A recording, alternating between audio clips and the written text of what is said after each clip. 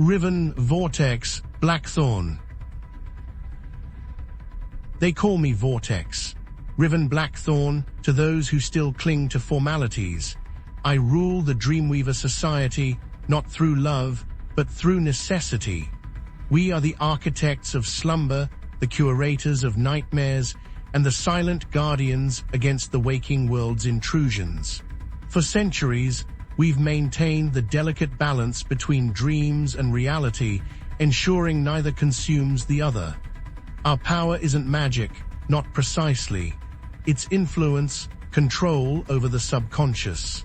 A power I inherited, and a burden I bear alone. Life within the Obsidian Citadel is predictable.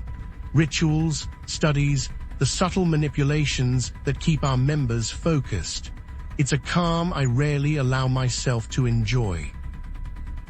The calm shattered with the arrival of the Sleeper, a rogue dreamer untethered from reality, whose subconscious was a vortex of chaos. His dreams bled into the waking world, causing localized distortions, objects shifting, memories blurring, people experiencing phantom pains. Initially, we dismissed it as a minor anomaly. Dreamers often stray, but the distortions grew, became more violent, more aware. The Sleeper wasn't merely dreaming, he was fighting his way into our reality, and he was learning how. A warning came from my most trusted weaver, Lyra, stating that the Sleeper's influence now threatened the Citadel's defenses. I assembled the Council, a gathering of the oldest, most powerful weavers. They advocated for containment, for severing the Sleeper's connection to the dream realm. A safe, cautious approach. But caution hadn't kept the world safe for centuries, control had. I overruled them. We wouldn't contain the Sleeper, we would enter his dream, unravel his subconscious, and reshape it to our will. It was a gamble, a descent into chaos, but it was the only way to ensure the stability of our world. I chose a small team, Lyra, for her weaving skill, and Kale, our most ruthless enforcer. The risks were immense. Entering another's dream is like walking into their mind, their fears, their desires, their madness. The Sleeper's dreamscape was fragmented, a shattered landscape of impossible geometry, shifting realities, and echoing screams. We navigated through twisted forests of regret and across oceans of forgotten memories. The Sleeper wasn't passive.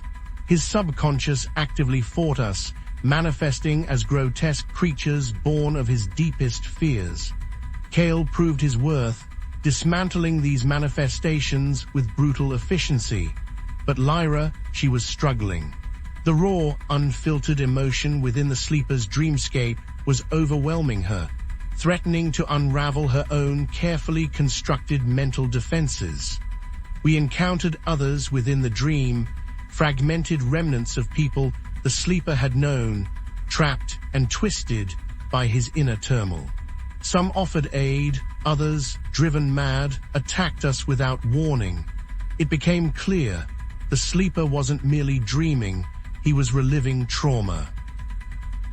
We finally reached the core of the Sleeper's subconscious, a desolate fortress built from guilt and despair. But it wasn't what we expected. The fortress wasn't guarded by monstrous creatures, but by ourselves. Or rather, perfect replicas of Lyra, Kale, and myself, radiating an unsettling serenity. These guardians explained that the Sleeper wasn't the source of the chaos, but a protector.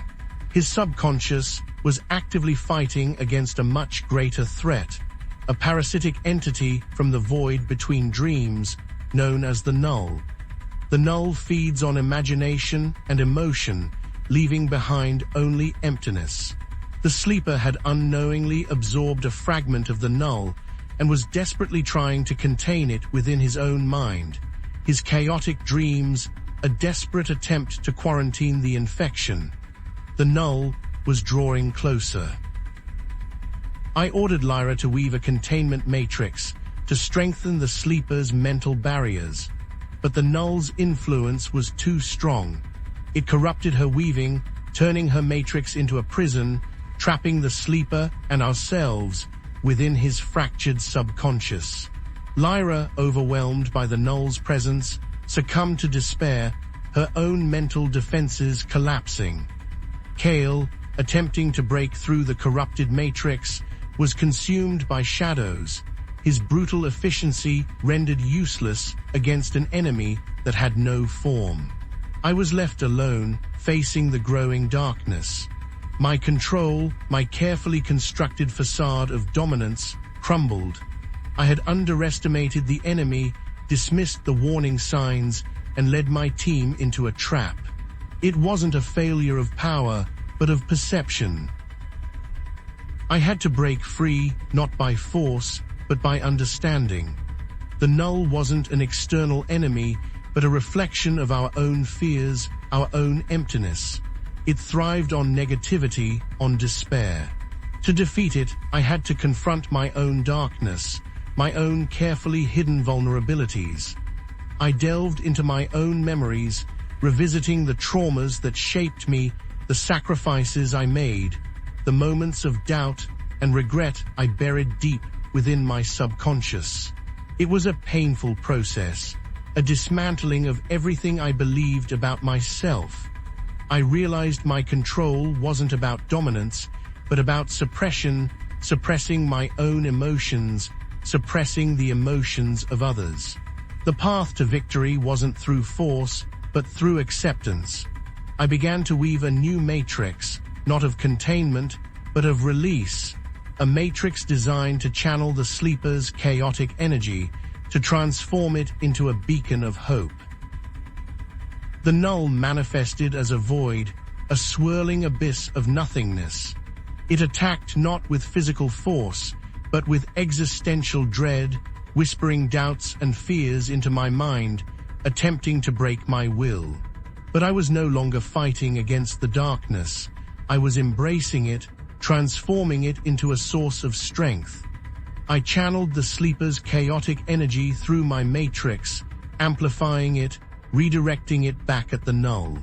The void recoiled, shrinking, its power diminishing. The sleeper, regaining control of his subconscious, joined me, his fractured mind coalescing into a single, focused will. Together, we unleashed a wave of pure imagination, a torrent of creativity, overwhelming the null and shattering it into a million fragments of light.